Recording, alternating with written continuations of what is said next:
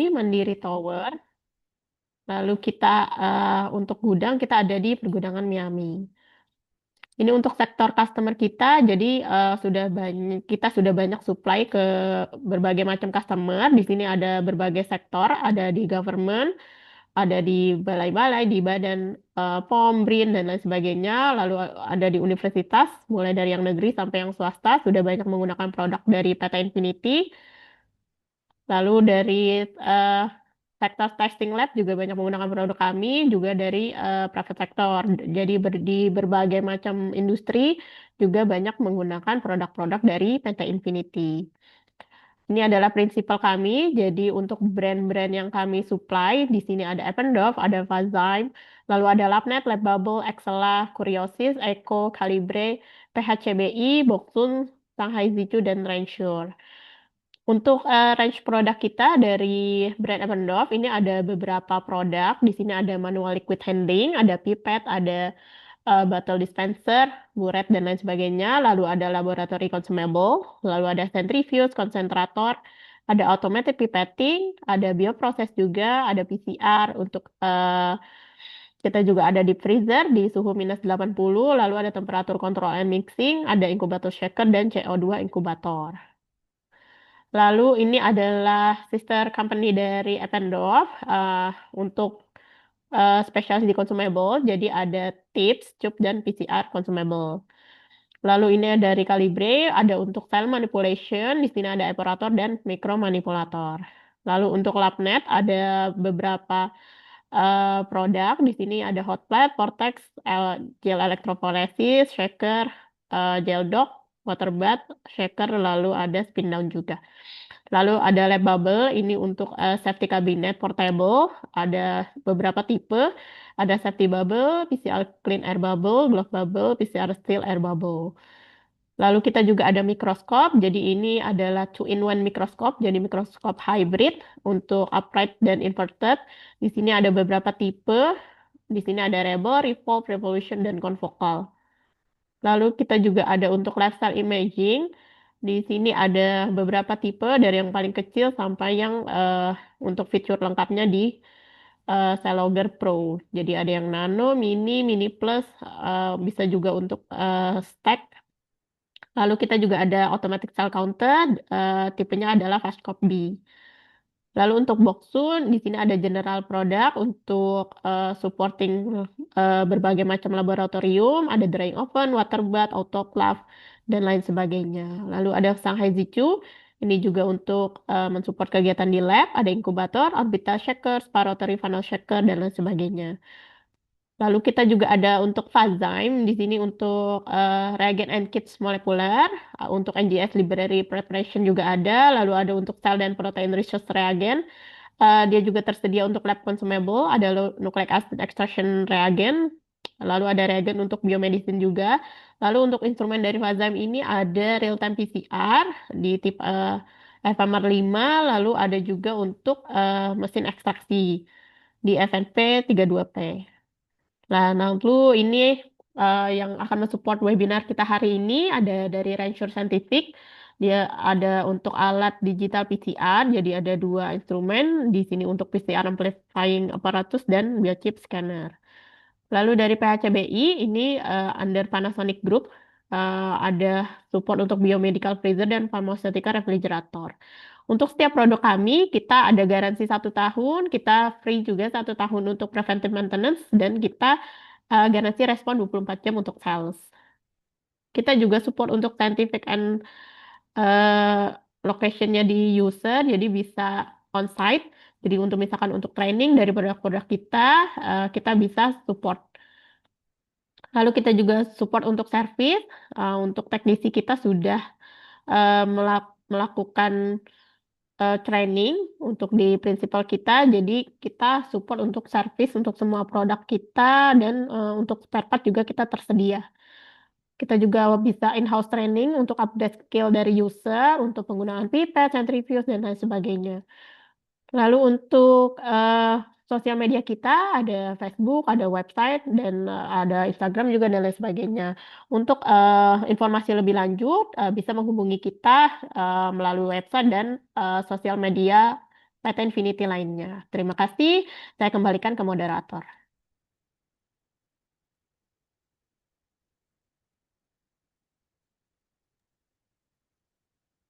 Baik, terima kasih Bu Nisa atas paparan produknya. Selanjutnya, sebelum kita masuk ke materi inti, izinkan saya untuk switch menggunakan bahasa Inggris. Okay, so for the first session, we would love to welcome our first speaker, Miss Ching He, PhD. She is now a biological scientist in R&D department, Rheinischer Scientific, with 15 years of expertise across molecular, diagnostic, cancer biology, and pharmaceutical R&D. Also, more than 10 research publications.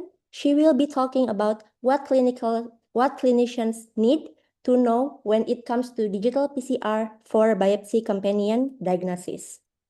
Hello, Miss Chinghe. Can you hear me? Jing, you need to open the phone.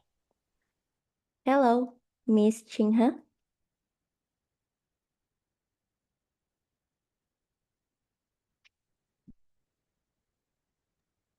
Oh, can you hear me? Can you hear me now? Okay. Yes. Yes. Okay, how are you, Miss? So,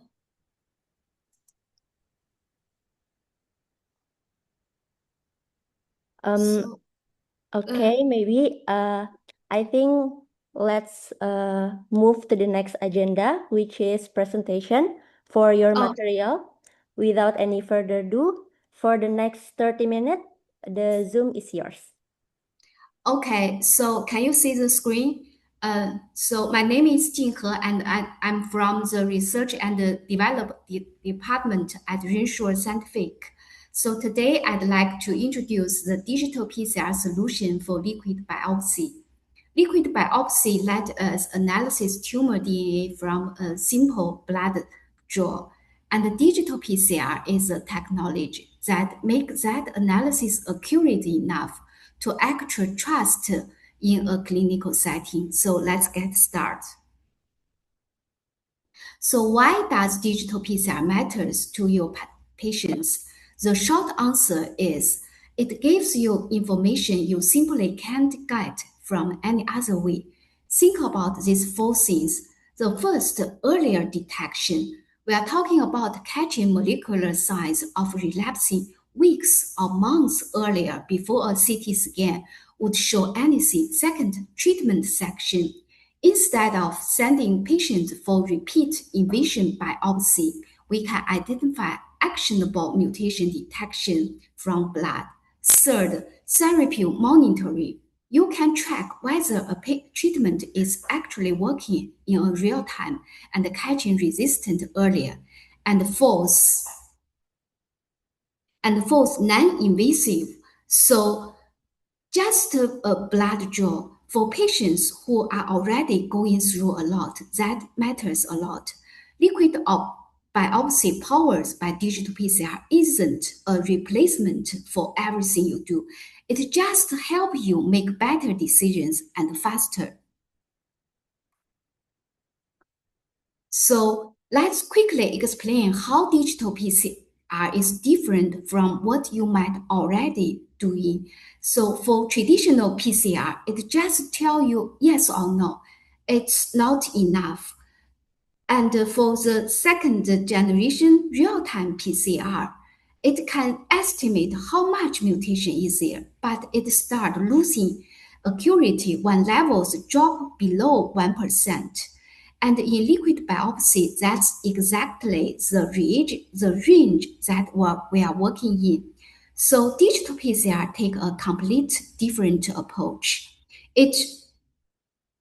So it can detect as low as 1 in 10,000 copies, and no guessing. It just give you the accurate copy numbers. So one of the most common questions we get from the clinician is how long does it actually take? And the answer is it fits comfortably within your standard lab turnaround time. the whole procedure from the blood draw to get the result. It's about 3 to 4 hours. And first, you do the specimen collection and the nucleic acid extraction. After that, you just simply mix the reaction buffer with the nucleic acid and probes. The hand-on time is less than 5 minutes. And then you just load this reaction buffer into the cartridge and put it onto the machine.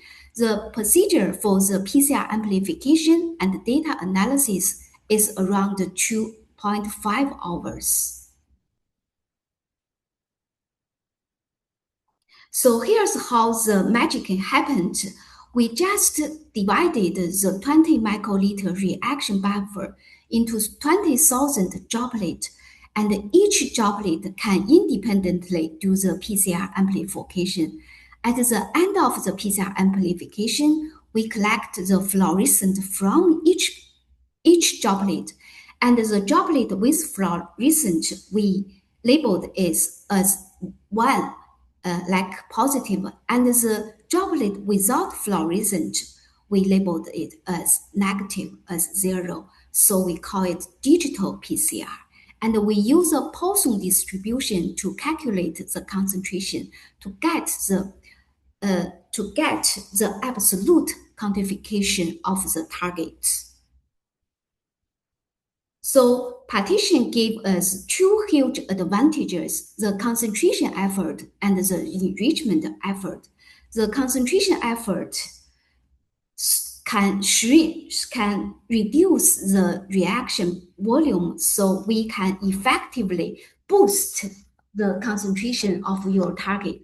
And also, since the inhibitors and the background DNA are separate into different droplets, we can purify the target during the process. So this leads to super precise, better lineage, and extend the dynamic range to lower concentration compared to bulk reaction.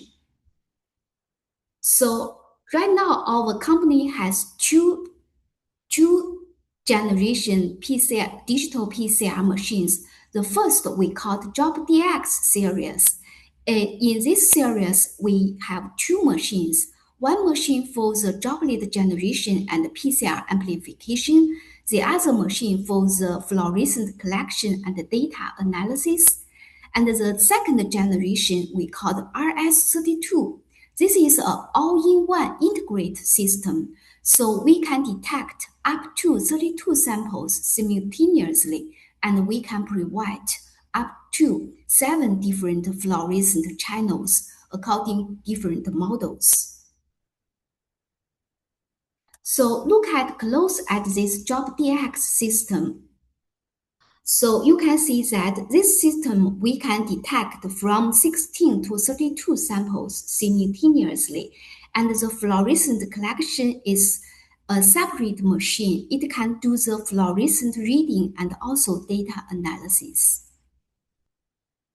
And RS32 is an all-in-one system. It combines the droplet generation, digital PCR amplification, fluorescent collection, and data analysis. All these function together in just one machine. So next, let's move to the clinical applications. This is where things get really practical. We are going to look at how liquid biopsy powered by digital PCR is being used across oncology and hematology.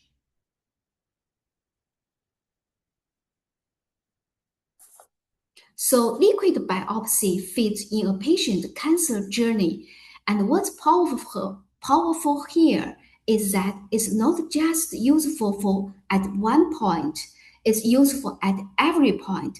At screening, it can help identify earlier molecular signals. At diagnosis, it can confirm mutations and guide initial treatment section. And during treatment, it tracks response in real time. And during surveillance, it can catch reoccurrence before imaging does. So one thing I really want to highlight is that liquid biopsy capture whole body tumor in heterogeneity. So when you do a tissue biopsy, you are sampling just one spot at one moment in a time, but tumor involves a different metastatic set can have different mutations. So a blood test captures DNA shed from all of those sites simultaneously. That's a fundamental difference, and in many ways more complete a picture of what happened in your patient. So why does liquid biopsy specifically need digital PCR? Here is the core challenge. So when a patient is on target therapy, the tumor DNA circulated in their blood is often present at extremely very low level. We are talking less than 1% of total circulated DNA. This study is from Fudan University. So it looked at the NSCLC patient on EGFR TKI therapy. For 19-dial and L858R mutations, qPCR and digital PCR performed similarly. But for T79M, digital PCR was significantly more accurate with a p-value of 0.01, and that matters in practice. So digital PCR is the tool that reliable catch it, and even when it presents at very, very low present. So let's put the digital PCR in contact with the tools you already used. Compared to image CT or MRI, liquid biopsy detect molecular relapse weeks or months earlier, and compared to the tissue biopsy, liquid biopsy give you a systematic view of the tumor landscape, and you can repeat it as often as need without procedure risk. So compared with NGS method, NGS is very good at detect unknown mutations, but it's very expensive, and the data analysis is difficult. But for digital PCR, it gives you fast, same-day result for the specific mutations you need. And also compared with the qPCR, you can see that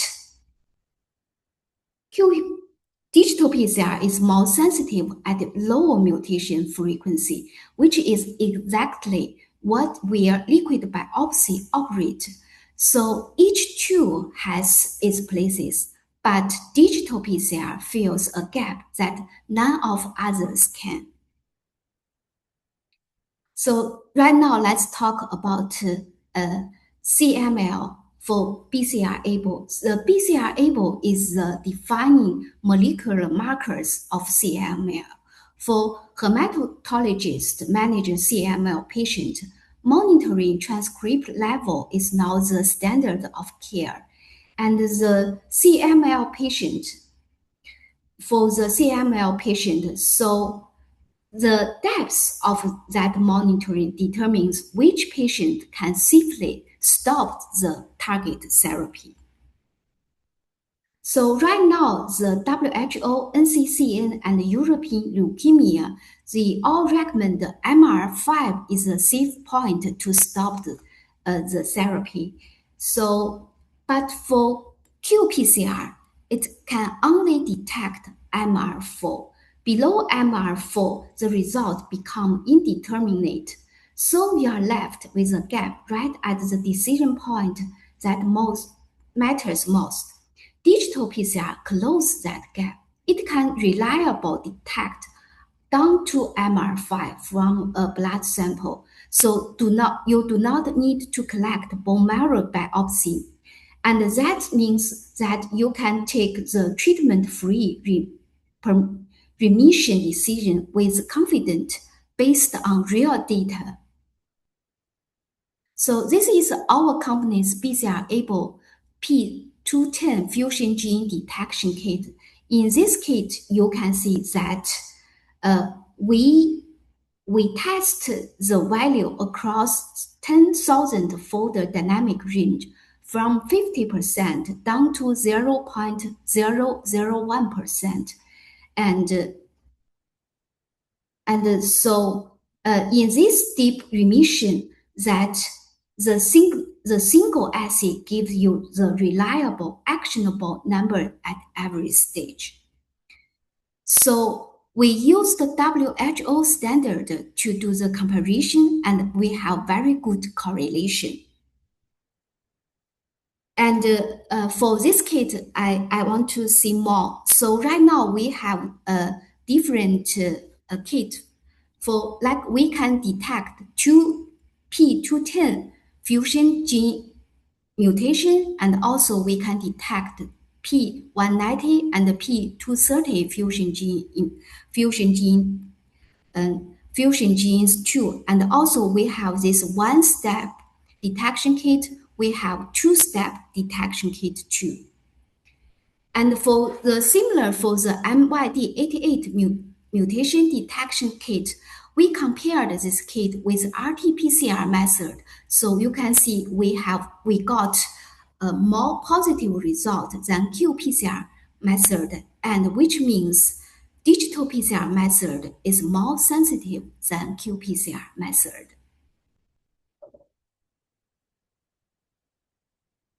For the JAK2 mutation detection kit, JAK2 V617F is the key mutation here. So for most of your MPN patients, this is the mutation you are looking for. There are three clinical uses. First, diagnosis. Second, different diagnosis, differentiation. Second, differential diagnosis. And the third, monitoring. So the accurate quantification at very lower frequency is essential for all these three uses. So we have this JAK2 mutation detection assay, and we compared with the FDA 510K approved digital PCR system, and we have very good correlations. And okay. And now let's move to the breast cancer HER2 gene detection.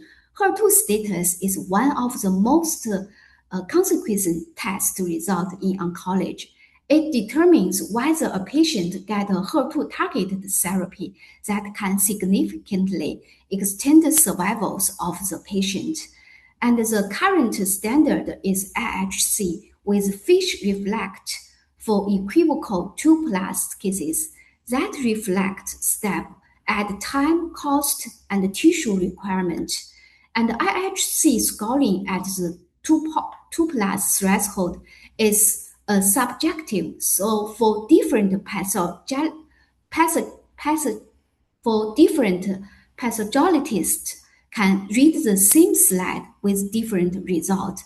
But digital PCR on ctDNA offers an objective and non-invasive alternative.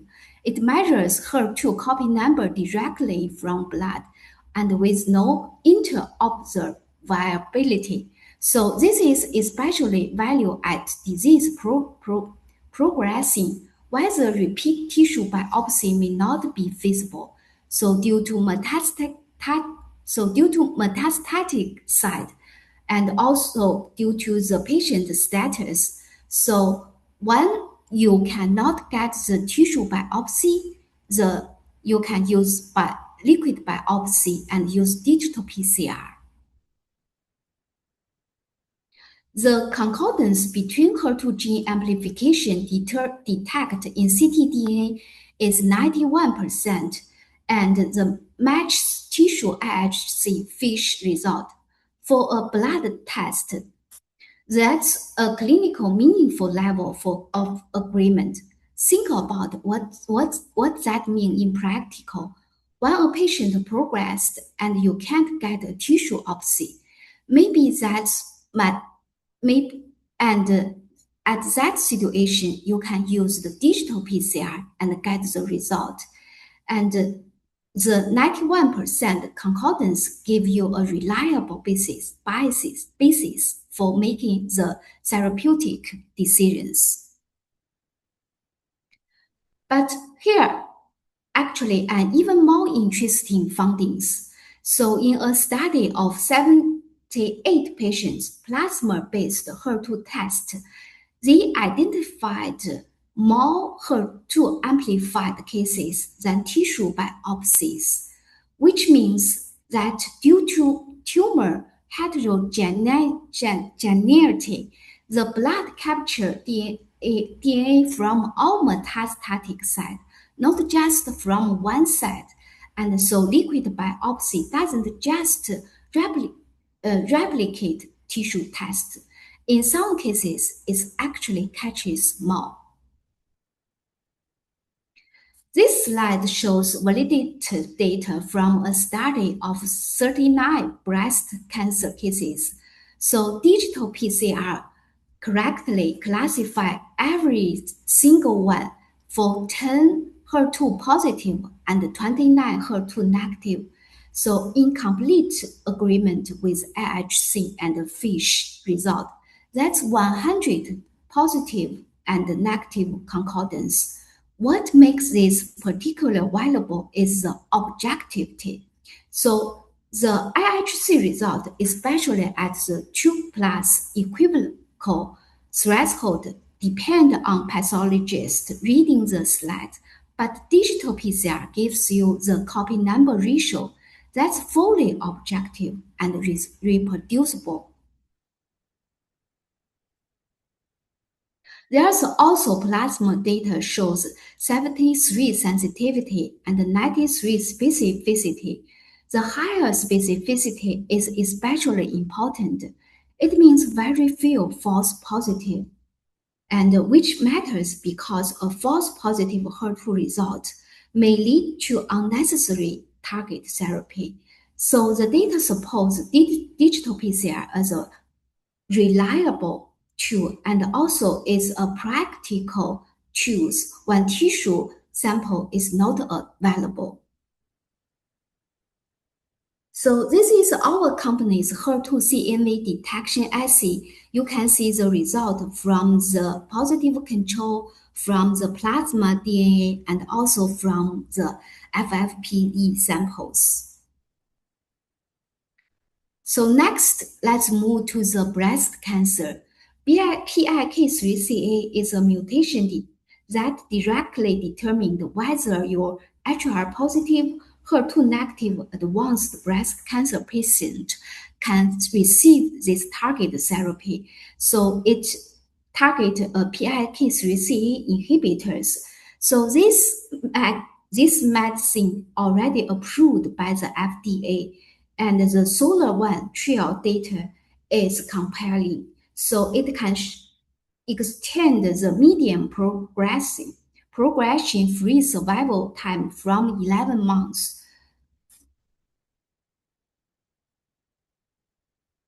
And the NCCN guideline now mandate the PIK3CA test before the initial therapy. So this isn't the optional, it's a requirement step.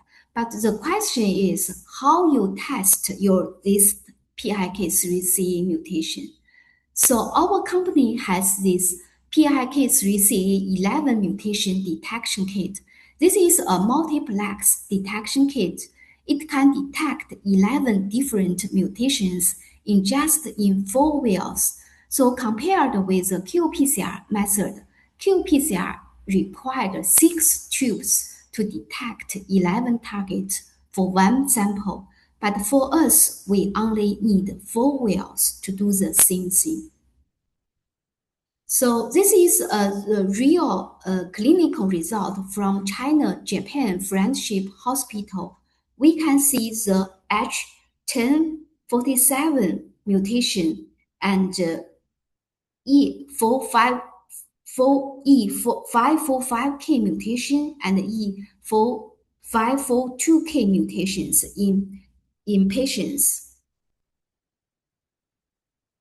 And also we have a lot E545A mutations in clinical samples.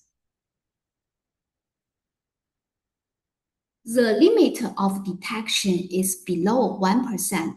That's 10 to 20 times more sensitive than standard real-time PCR. The sensitivity matters because low-frequency mutation in plasma are extremely what you are trying to catch when tissue is unavailable or insufficient. Some patients are co-occurrence mutations, like in example S03, there are 2 mutations, and the sample S13, there are 3 mutations in just one patient. And now let's move to the lung cancer. For lung cancer, sensitivity is everything since earlier patients often have very lower ctDNA levels. So we have this EGFR mutation detection kit. We have T790M mutation kit. We have Nightingale mutation detection kit. And compared with NGS method, we have very good correlations. And also we have this L858R mutation detection kit, and you can see the result. And so before we end, I want to give you a sense of the kits that right now our company can provide. Right now, we can not only provide you with a blood cancer related mutation detection kit like BCR-ABL, like JAK2, like MYD88, but we also can provide a lot of solid tumor mutation detection kits. So as I mentioned, PIK3CA and EGFR, and also we have quite a lot, like for ESR1 and the KRAS mutation detection kit. And also we have a lot of passenger detection kit to detect virus, bacteria, and fungi.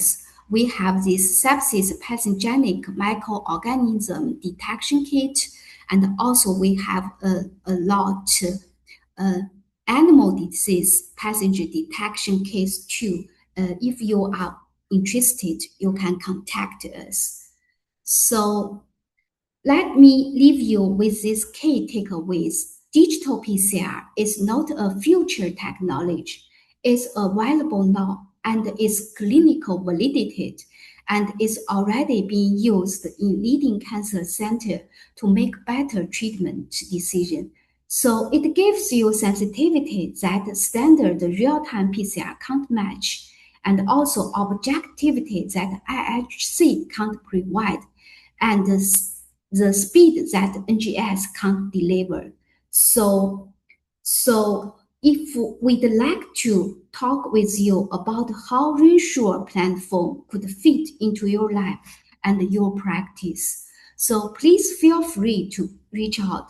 So here is our contact details, and thank you so much for your time and attention, and thank you.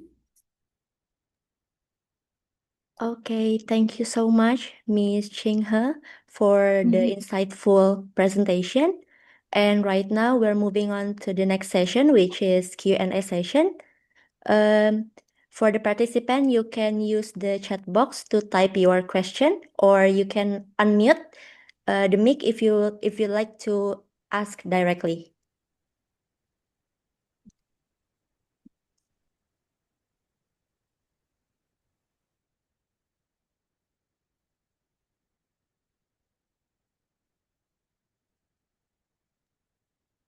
Okay, maybe we will wait. Okay, there's one question.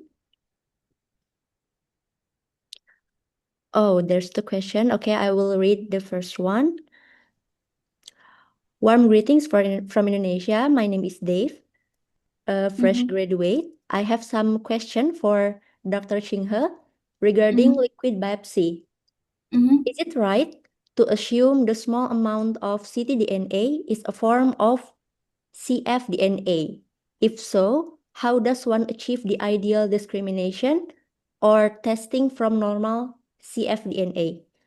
Then another one, it's more technical. How much blood needed from a patient for a research in general? Thank you. So let's answer the second question first. So for the blood, like BCR-ABL, we collect like 5 ml whole blood, and then we concentrate. We concentrate to get the plasma, and then we do this reverse transcription, and we extract RNA from the plasma, and also we do this reverse transcription. So in our kit, we have this detailed information to tell you how much blood required. So for cfDNA test, yeah, it may a little bit different from kit to kit. Yeah, from different mutation detection kit, it may require the different amount of blood. So the first question, could you repeat that question? I'm not very clearly get the idea. It means how does one achieve the ideal for the testing? So sorry, I still didn't. You can see the box on meeting chat. 你可以看那个聊天记录框，好不好？我是看的呀，但是我还是没有懂他的问题是什么。So I'm sorry, I didn't get your question. So maybe you can email me your question. I can give you my email address. So maybe in after the meeting, I can give you very exactly answer. But right now, I'm not sure what your question is, so I can't give you the answer. Okay. Then for Mr. Dev, for the first question, you have to send the email to Miss Ching He for the further answer. Maybe we move to the next question from Yulianti from RS Persahabatan. With high sensitivity in PCR, in digital PCR, how's the strategy to avoid false positive because of background noise or contaminant DNA? Could you repeat the question? So how the strategy to avoid false positive because of background noise? So the advantage of digital PCR is that it has higher tolerance for the inhibitors in the blood. So, and also because we divided the reaction buffer into 20,000 independent droplets, which will dramatically decrease the background noise. So I think compared to real-time PCR, the background is not so important for digital PCR. And of course, for our sepsis kit, we have a lot of like 99% DNA from the human genomic DNA, but still we can catch this bacterium passenger from those like very large big noise, background noise. So I mean the sensitivity is more, we have more sensitivity than real-time PCR for the background, like how to avoid those false positive. I still don't really know what you're concerned about the digital PCR. So you're concerned the sensitivity is not enough, or maybe I can help you. The question is also very important, actually, Dr. He. Dr. Yes, Yes. yes. So generally, the problem is if it's too sensitive, right? You can Yes. detect maybe some ctDNA, but the Mhm. problem is for clinician they could be also very nervous. If you're too sensitive, then the question is this really reflecting a tumor that is really growing, or it actually reflecting a tumor that is dying? So it creates some the clinical decision could be very complicated. Dr. Julianti, if you have a same concern, please open your mic. Yeah, I think this is what I try to understand from the clinician point of view. Do you understand our concern, Dr. Hay? Yes, yes, yes. In that way, I understand. So you mean that if you just detect CFD, you can hardly tell that it's a living cancer, or it is still amplified, or is begin to die. Is that right? Right. Because we are so sensitive to pick it up, right? Right, but right now, so I think if the I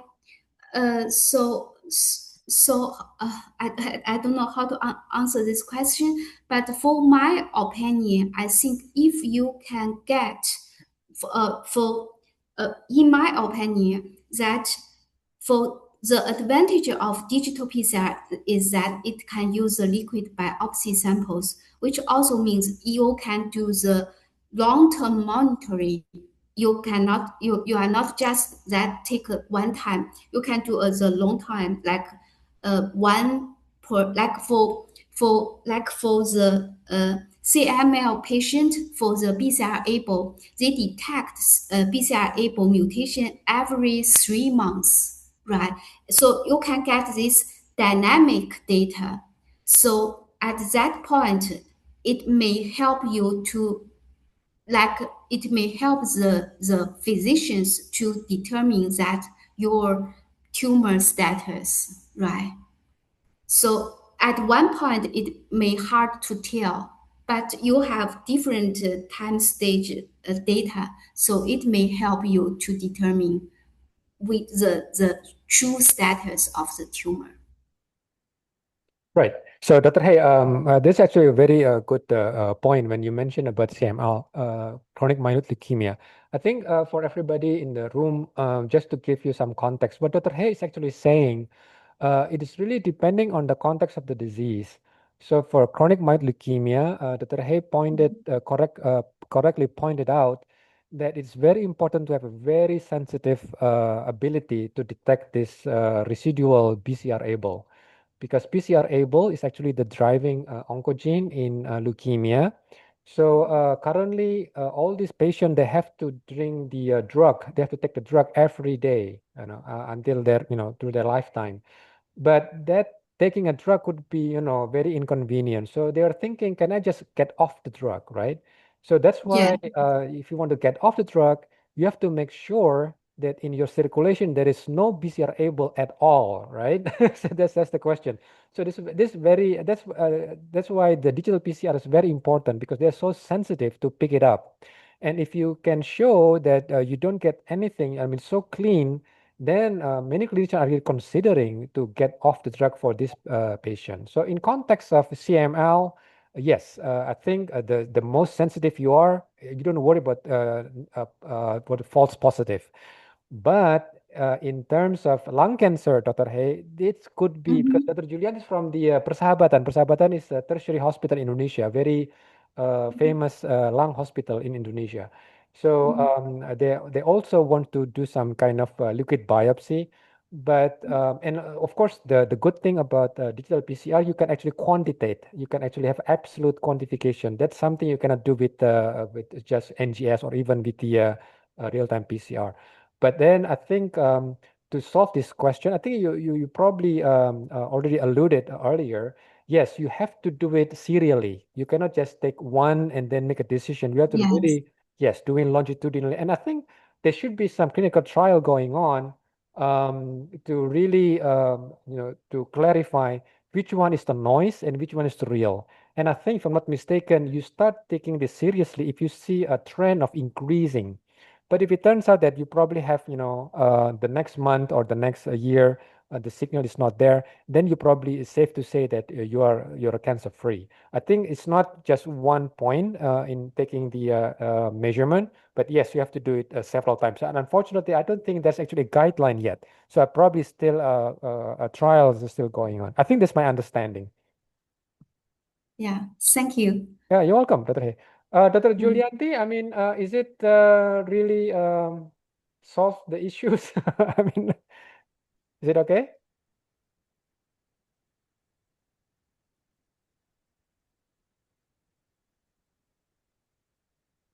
Yeah, looks like it's okay.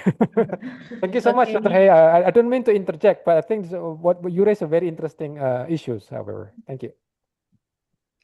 Okay, thank you so much for Miss Jinghe and Mr. Ahmad for the further answer.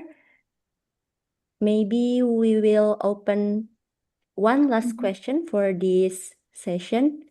If there's anyone wants to ask.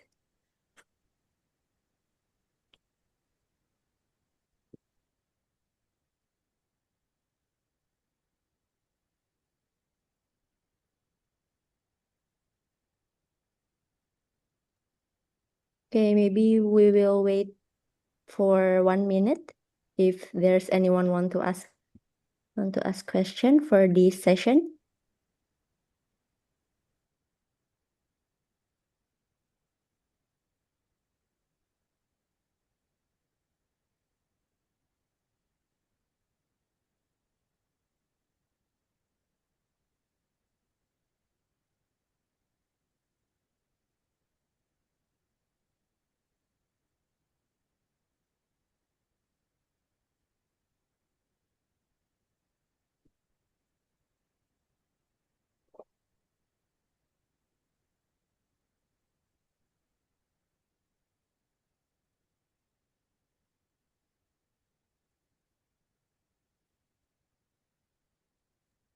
Okay, maybe that's the last question from the participant.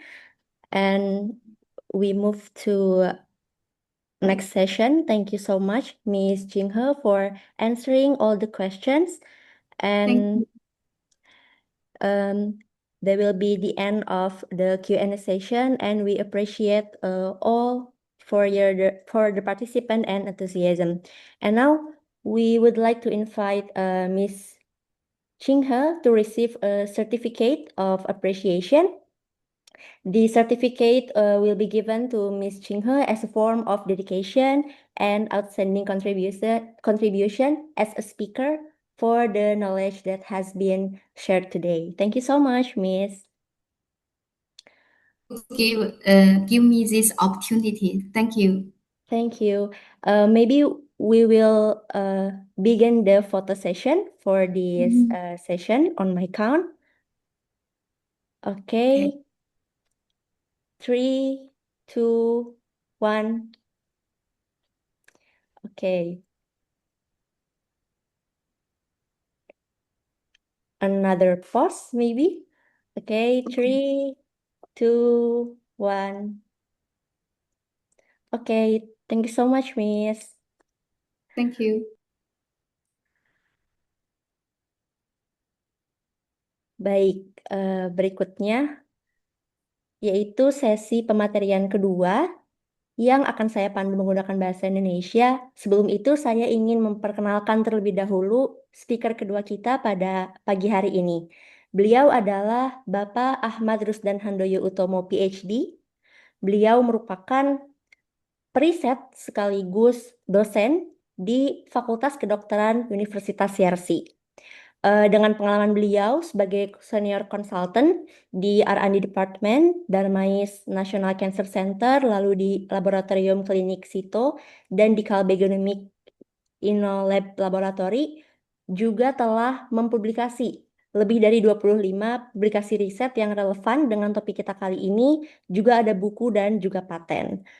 Pada kesempatan kali ini, beliau akan memaparkan dan membagi ilmunya kepada kita mengenai aplikasi klinis deteksi biomarker genetik dan epigenetik pada kanker nasofaring. Baik, untuk Pak Ahmad, apa kabar Bapak? Baik, alhamdulillah, Mbak Nuha. Alhamdulillah. Oke, mungkin tanpa berlama-lama lagi, saya serahkan Zoom ini pada Bapak untuk 45 menit ke depan untuk penyampaian materi. Baik, Mangga oke. Bapak. Ya, terima kasih. Lama juga ya, 45 menit. Mudah-mudahan nggak bosan. Dr. Rehe and Mr. Alex, so sorry I have to speak in Bahasa. Some of my slide actually in English, but yeah, just feel free if you want to also ask me some question at the end of my presentation. So let me pull up my slide deck. Can you see it? Is it okay? Right. Okay. So I'm going to talk about a type of cancer that's relatively new even for me because I used to work with lung cancer actually for a long time because I have so many collaboration also in persahabatan, colorectal cancer as well. I still have interest in those two type of cancer, but recently I add another type of cancer in my portfolio that is nasopharyngeal cancer. This is very unique cancer actually. I'm going to share some of my work, actually ongoing works, and hopefully I can elaborate why digital PCR could be very interesting to add in the arsenal of the detection of two type of biomarkers, the genetic biomarkers and also the epigenetic ones, okay, especially the DNA methylation. All right. So, what was the burden of the disease? It is a very interesting disease because of the fact one of the driver of nasopharyngeal cancer actually is EBV infection, especially the latent infection of Epstein-Barr viruses. But curiously, if you look at the paradox, we can say essentially 90% of the population, the global population, they already have antibodies against EBV. If you just take the blood, check for antibodies, everybody will be positive for anti-EBV. But then the question is, how come the burden is mostly in Asia, especially in East Asia and Southeast Asia? China, of course, in Southeast Asia, Indonesia, it is still quite a lot. In Indonesia, the estimate prevalence is about 6 per 100,000. It's not as high as in China, but it's definitely higher than in, say, Western Europe or in the United States. But curiously, also, if you look at the Alaska tribe, the Inuit, they are actually Asian, and they also have a higher risk to get the NPC. So there's something about Asian that we are susceptible to develop nasopharyngeal cancer. Now, when it comes to Indonesia, of course, the issue is also the problem with the late stage. Some people, they don't really think of seriously if they have some problem with their sinusitis, maybe just a regular flu or something. But then they start having some, problems in their neck. And then when they come to doctors, apparently they have tumor already. And generally, this probably is stage 3. So when it comes to stage 3, it's probably more difficult because it's local advance. It's easier to move to stage 4, the metastatic ones. So obviously the treatment could be more difficult. So the problem is, can we actually try to figure it out? One, how to detect it early, and two, if it turns out to be already have the cancer, can we do something about it? Can we actually choose the correct treatment or the precise treatment for those patients? All right. So saya kok malah jadi ngomong bahasa Inggris ya? Sorry, maaf. Ini moderator gak ngingetin ya jadinya ya. Oke, baik. Jadi sekarang jadi masalahnya memang kenapa kok hanya ada di Asia gitu ya. Jadi ada teorinya seperti gini. Jadi infeksinya itu di mana-mana ya. Tapi mungkin itu sebetulnya ada dua yang bisa dijelasin. Karena kan sangat Asia banget ya. Jangan-jangan mungkin yang pertama HLA kita beda. Nah, itu human leukocyte antigen. Jadi apa sih itu HLA? HLA itu adalah protein yang ada di permukaan sel tubuh kita. Saya selalu menjelaskan kepada mahasiswa, HLA itu kayak mangkok. Jadi bayangin kita ada bola sel kita, nah di permukaan itu ada mangkok.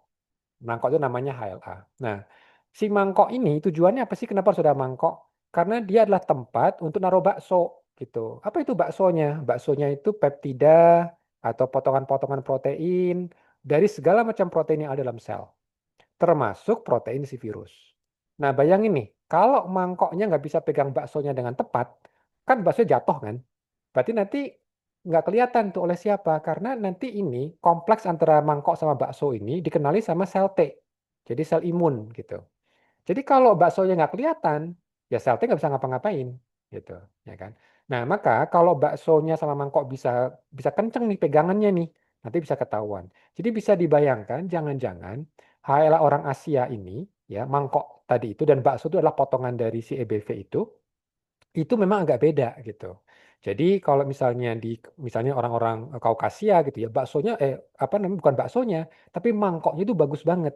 Dia bisa memajankan dengan baik gitu. Sementara kalau orang Asia mangkoknya nggak gitu bagus gitu. Jadi begitu mau ditampilin jatuh lagi gitu.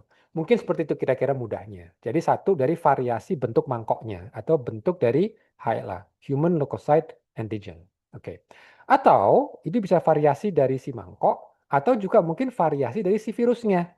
Jadi teman-teman mungkin ingat yang namanya kanker serviks. Kanker serviks itu kan masalahnya adalah di virus Human Papilloma Virus.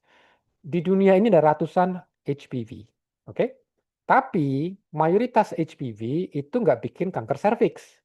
Mayoritasnya, kalaupun menginfeksi, itu jadinya kutil, gitu kan? Bukan kanker serviks. Hanya saja, kalau misalnya seseorang itu terinfeksi HPV yang risiko tinggi, yang tipe high risk, nah itu nanti bisa muncul tuh kanker serviks. Nah, makanya kita pikir jangan-jangan EBV walaupun banyak banget, tapi perlu EBV tertentu. Jadi ada subtipe EBV yang mungkin yang subtipe high risk bisa meningkatkan risiko orang kena NPC. Jadi itu dari sisi genetiknya. Jadi baik genetik dari si host maupun genetik dari si virus. Oke?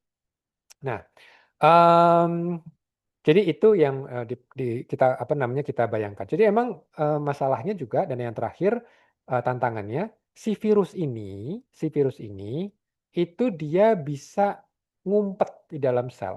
Nah, makanya konsepnya adalah latent infection, ya. Nah, kenapa kok bisa latent tadi ini? Nah, ini salah satunya kita pikir adalah dengan regulasi epigenetik. Nah, buat teman-teman yang mungkin sudah pernah ngambil biomol ya dasar, kan ada yang namanya pembungkaman ekspresi gen. Nah, bagaimana cara membungkamnya? Ya dengan tadi mengatur di promotor gen itu ada misalnya metilasi atau struktur kromatinnya ada asetilasi atau deasetilasi gitu ya. Nanti kita akan lihat tuh seperti apa. Jadi ini adalah bayangannya ya yang saya disampaikan. Si mangkok tadi itu HLA tujuannya adalah untuk memajankan. Nah, HLA memang ada dua tipe, HLA tipe 1 sama HLA tipe 2. HLA tipe 1 yang tadi saya ceritakan, dia akan mengundang sel T. Nah, sel T itu begitu dia mengenali si bakso, yaitu peptida dari si virus ini, begitu dia bisa mengenal, dia akan membinasakan sel yang memajankan ini. Nah, kalau selnya dibinasakan, termasuk di dalam sel itu kan sudah ada virus kan, nah selnya mati gitu.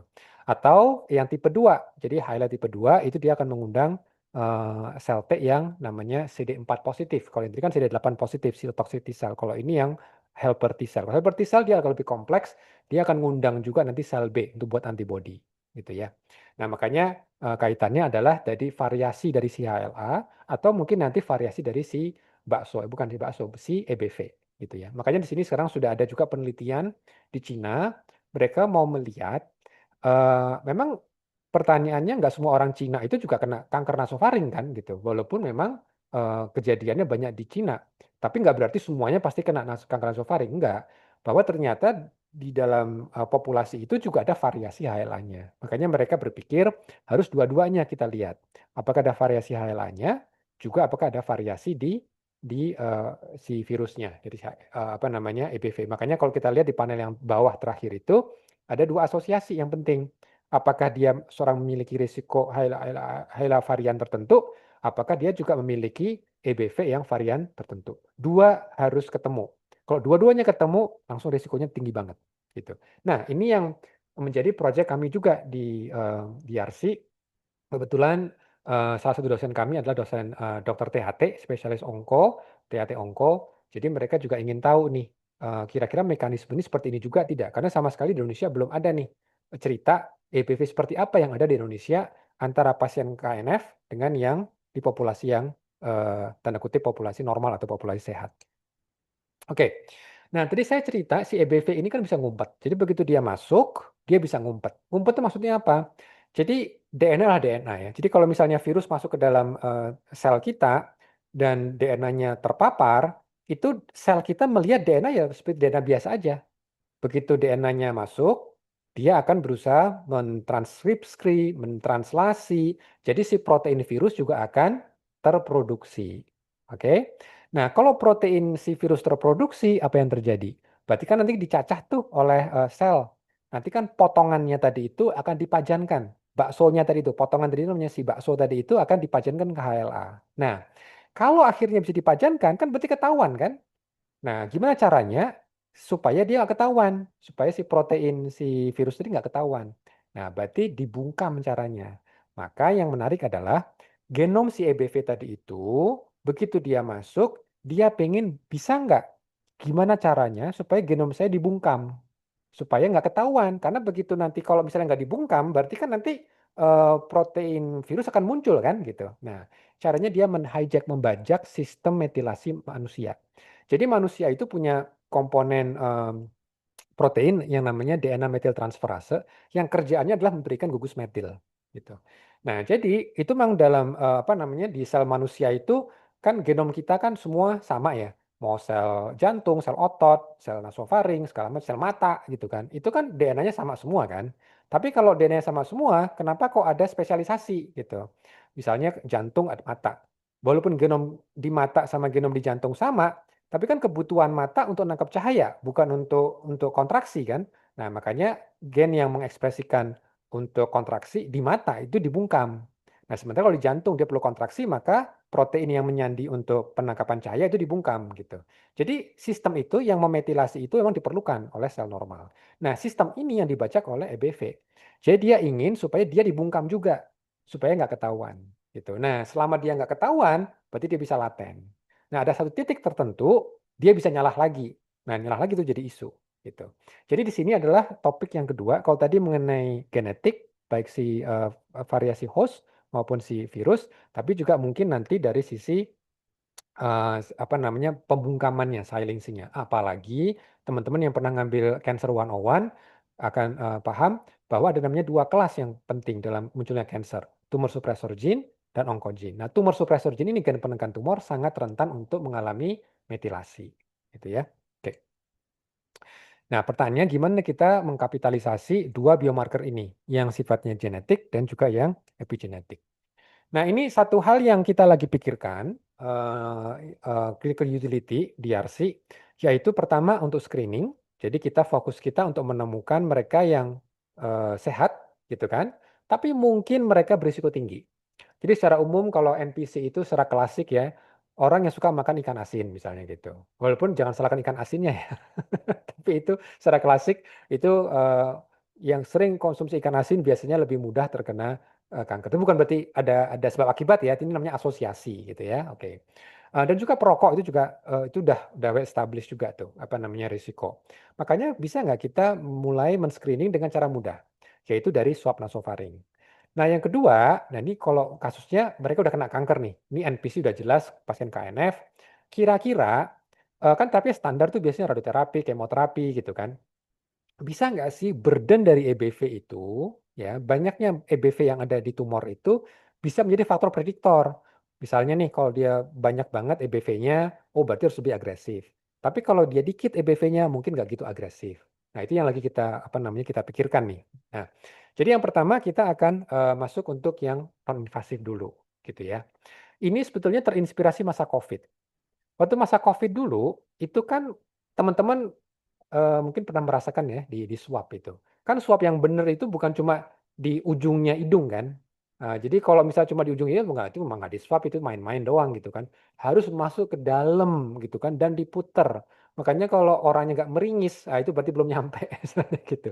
Saya lagi mikir, kalau sampai sedalam itu berarti kan jangan-jangan itu kan tempatnya si kanker nasofaring ya gitu kan. Terus kita mikirnya gampang aja. Oh, oke. Berarti coba deh kita akan cek antara orang normal sama yang nggak normal, maksudnya yang udah KNF gitu kan. Terus kita cek dengan swab nasofaring itu bisa bedain nggak? positivitas dari EBV. Cuma itu aja sebetulnya yang kita pikirin. Nah, itu kita kerjain. Dan ini kita mulai proyeknya itu sejak tahun 2023 sebetulnya. Dan kita juga bekerja sama dengan Bio Farma, karena Bio Farma udah punya kit untuk deteksi COVID. Lalu kita berusaha rayu mereka mau nggak terlibat untuk dana padanan, karena waktu itu ada skema dana padanan ya dari Dikti. Kita kerjasama untuk ngembangin kit untuk nasofaring. Nah, di samping Bio Farma kita juga ngajak Patgen untuk sebagai mendesain kira-kira primernya seperti apa. Jadi kita gunakan pendekatannya dari swab nasofaring ini. Nah, swab nasofaring, lalu kita ekstraksi DNA-nya. Nah, waktu itu kita cukup banyak yang kita kumpulkan. Kita juga bekerjasama dengan Rumah Sakit Kanker Darmais, gitu kan, untuk mengambil pasien KNF. Jadi sebenarnya ada dua kelompok ini, desainnya case control. Case-nya adalah pasien kanker nasofaring, dan kontrolnya adalah subjek yang tanda kutip normal. Nah, kenapa tanda kutip normal gitu? Karena memang orang-orang ini secara klinis tidak ada indikasi ke arah kanker nasofaring. Jadi kalau kanker nasofaring kan secara klinis bisa dilihat ya, apakah dia ada pembengkakan dari leher apa tidak gitu ya. Jadi klinis itu. Nah, karena mahasiswa kita adalah doktoral adalah seorang waktu itu udah lulus sih. Jadi tugas dia adalah men-screening. Jadi mana yang dianggap normal dan mana adalah kanker nasofaring. Nah, kalau kanker nasofaring untuk case harus ada bukan surat ya, ada diagnosa yang tegak dari spesialis patologi anatomi. Jadi memang ini betul-betul kanker nasofaring, bukan sinusitis, bukan yang lain gitu. Nah, itu sudah kita kumpulkan dan kita akan lihat ada bedanya apa tidak. Oke? Nah, apa yang akan kita cek? Jadi kita akan gunakan gen dari genom EBV yang sudah standar sebetulnya, sudah sering banget dipakai. Ya, ini kalau ini kan gambarnya genomnya EBV, kita ambil gen namanya EPNA1. Jadi EPNA1 itu sudah banyak diteliti gitu kan, dari plasma segala macam. Tapi kali ini kita hanya fokus dari sisi untuk lihat dari sampelnya aja. Jadi sebenarnya sih gennya bukan gen yang baru gitu ya. EPNA1 itu sudah well established gitu dalam penelitian EBV gitu. Cuma yang mau kita lihat adalah kalau kita ambil dari swab nasofaring, itu kira-kira bisa bedain nggak antara yang yang pasien sama yang bukan pasien. Oke? Nah, tapi kita juga mikir kalau pakai swab nasofaring itu kan masih perlu alat tuh, masih perlu alat yang dimasukin ke situ. Walaupun secara mungkin teman-teman juga perlu tahu ya, kalau di THT itu standar untuk pengambilan sampel itu harus menggunakan brush. Jadi kalau swab nasofaring yang kita ketahui kan kecil tuh, tipis, banyak kecil gitu ya. Tapi kalau misalnya ini untuk diagnosa KNF beneran gitu kan, itu nggak pakai swab, itu diteropong pakai endoskopi, terus dimasukkan brush. Brushnya itu tebel, jadi bayangin kayak sikat gigi gitu ya. Itu kalau dimasukin ke hidung terus diputer, udah kerasa gitu ya. Makanya itu nggak bisa tanpa anestesi, harus kasih anestesi dulu. Kasih anestesi dulu, udah, ini sama kayak mau cabut gigi lah, kasih anestesi dulu, dimasukin terus diputer. Nah, itu banyak banget tuh sampelnya yang bisa didapat. Nah, itu nanti dari patologi akan dicek apakah memang secara morfologi memang ada sel kanker gitu kan. Itu standarnya seperti itu. Nah, tapi kalau itu dipakai untuk screening setengah mati, siapa yang mau diambil pakai brush terus diputer? Udah kabur semua kan? Nah, makanya kita akan gunakan swab itu. Nah, cuma gennya adalah pakai pakai targetnya lah EPNA1, dan teman-teman di startup di Pathgen dia akan mendesain primernya gitu ya. Nah, jadi ini datanya yang menarik. Jadi kita bandingin tiga macam bukan tiga macam. Sampelnya ada dua macam, yaitu swab KNF dan masuk KNF itu artinya apa? Swab dari pasien KNF dan juga swab dari populasi normal. Nah, lalu kita juga mikir, kalau swab kan masih pakai alat tuh, harus pakai alat yang panjang tadi itu kan gitu. Bisa nggak sih pakai gargle aja? Nah, ini di Bio Farma dulu mereka punya inovasi waktu COVID dulu, kan ada juga orang yang nggak gitu senang untuk dicolok-colok gitu kan. Ya, bagaimana kalau gargling? Jadi gargle tuh bukan kumur ya. Kalau kumur kan cuma superficial di rongga mulut gitu. Ini di gargle. Jadi gargle itu kayak ambil cairan dikit di mulut, terus kita angkat leher kita, terus kita gitu. Nah, itu namanya gargle itu. Oke, jadi harus kayak seakan-akan ke arah faring juga untuk bisa didapat. Nah, kalau gargle kan nggak perlu ini, nggak perlu apa namanya, nggak perlu alat sama sekali kan, cuma gargling aja. Nah, ini data ini menarik. Kalau kita gunakan pendekatan swab gitu ya, dan ini lumayan banyak yang kita rekrut. Jadi kalau ya pasien KNF ada sekitar hampir 100, kalau yang orang normal itu hampir sekitar 800-an, mendekati angka 900. Karena targetnya sudah 1000 gitu ya. Jadi sekarang kita di RC sudah ada biorepository. Jadi orang-orang yang sudah kita rekrut, sampelnya sudah kita simpan. Nah, kalau kita bertanya sederhana aja, dengan menggunakan city value di bawah 35, mungkin masih ingat waktu COVID kan city value ini kan keren banget. Bahkan orang yang nggak ngerti biomedik udah ngomongnya fasih banget di city value di sosial media gitu ya, city value gitu ya. Jadi banyak pakar biomedik tuh di masa COVID dulu gitu ya. Nah, jadi city value kalau masa COVID kan city value-nya berapa nih? Oh 20, masih infeksius gitu ya. Kamu nggak boleh masuk kantor, nggak boleh kuliah gitu ya. Nah, kita gunakan kurang lebih threshold yang sama. 35. Jadi kalau kita gunakan threshold 35, ini sudah praktisnya aja ya. Ternyata positivitas dari KNF sekitar 80%. Nah, kenapa nggak 100%? Ya kita ngelesnya gini, kan pakainya swab, bukan pakai biopsi, nggak pakai sikat gigi misalnya gitu. Kalau pakai sikat gigi tahu, ya mungkin udah 100% gitu ya, semua ketangkep gitu ya. Tapi kan kita pakainya kan swab, jadi ya artinya nggak sampai agresif lah gitu. 40%. Di normal berapa? Sekitar mungkin 10% lah, ya 8% plus minus. Oke, sekian 8. Nah, jadi kan jauh banget kan bedanya gitu kan. Ini jadi kita agak ini nih, apa namanya, ter-encourage. Walaupun sebetulnya angka 8% itu relatif masih terlalu tinggi. Lalu kita mikir, kalau pakai gargle gimana? Pakai gargle. Pakai gargle kan harapannya ya nggak usah pakai swab lah gitu. Unfortunately kalau pakai gargle ternyata separuh orang itu positif gitu. Memang sih untuk yang KNF itu 72%. Kalau secara statistik dihitung itu masih bermakna secara statistik gitu ya. Karena kan sampel size-nya banyak banget gitu. Tapi secara klinis nggak bakal bermakna. Bayangin, kita misalnya menggunakan gargle nih, keambil apa namanya 10 orang, separuh akan positif EBV. Terus mereka tuh cemas semua kan. Aduh, apakah saya akan kena apa namanya kanker nasofaring gitu kan. Nah, kalau 10% mungkin masih oke. Karena apa? Kan berarti dari 10 orang mungkin satu yang positif. Tapi sebenarnya ini masih terlalu tinggi. Masih ketinggian gitu ya.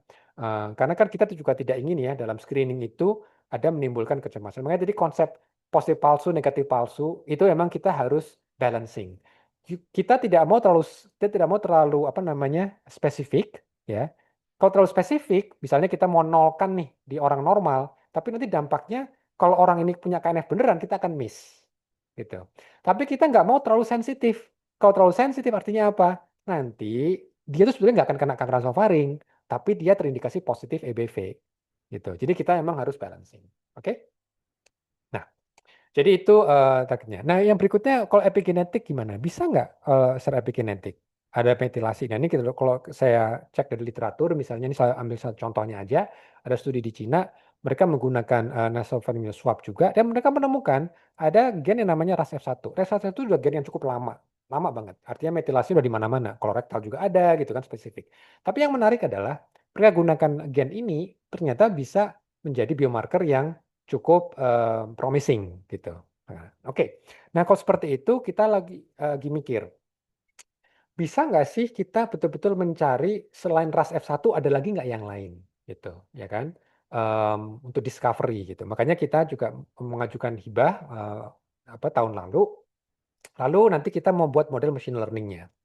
Jadi nanti dari profil itunya kita mau buat machine learning-nya. Tapi kaitannya kali ini saya nggak akan cerita mengenai machine learning-nya, karena saya juga bukan orang-orang AI gitu ya. Saya kan biologist gitu kan. Nah, tapi saya mau cerita nanti yang di bagian sini. Yaitu apa? Ambil dari swab yang sama, swab yang sudah kita kumpulin sebelumnya tadi itu, kita nanti akan cek bukan cuma resep satunya. Kita mau lihat secara keseluruhan lokus-lokus yang rentan termetilasi. Jadi teman-teman, kalau kita bicara metilasi, DNA termetilasi, kalau bisa kita menggunakan PCR, itu nggak bisa langsung PCR. Karena kan C yang termetilasi itu nggak bisa dibedain dari C yang biasa. Makanya itu akan hilang. Makanya supaya bisa dibedain, kita harus menggunakan konversi bisulfit. Supaya apa? Kita bisa bedain. Kalau C ada metilasinya, di konversi bisulfit, dia akan tetap sebagai C. Tapi kalau nggak ada metilasinya, dikasih konversi bisulfit, dia akan berubah menjadi menjadi urasil.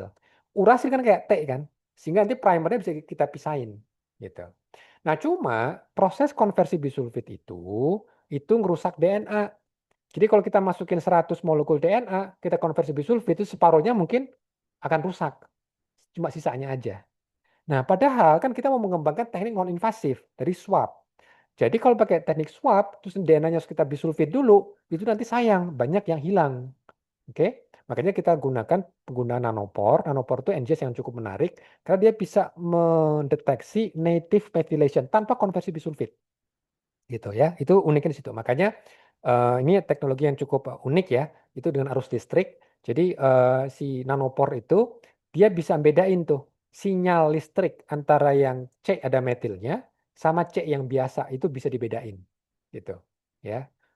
Don't ask me how they do it, tapi secara engineering mereka bisa ya. Jadi si DNA itu akan masuk ke pore-nya itu kan akan mengubah arus listrik kan. Nah itu C yang ada metilnya sama C yang ada metil itu bisa dibedain. Oke. Nah, itu yang jadi menarik banget buat kita. Nah, lalu kita program si mesin nanopore ini untuk mencari fokus ke daerah-daerah yang memang metilasinya terkenal apa yang disebut dengan CpG island. Nah, jadi mereka tidak interogasi seluruh genom, tapi cuma bagian-bagian genom tertentu. Ini teman-teman mungkin masih ingat ya, ada namanya pulau-pulau CG. Nah, pulau-pulau CG itu kan bisa di promotor kan. Nah, mereka fokus ke arah sana yang memang ada metilasinya.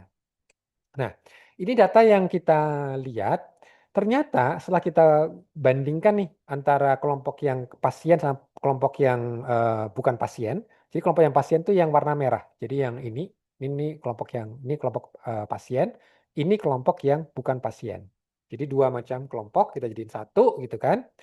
Lalu mereka menemukan dari bioinformatik ada daerah tertentu yang memang ada perbedaan metilasinya.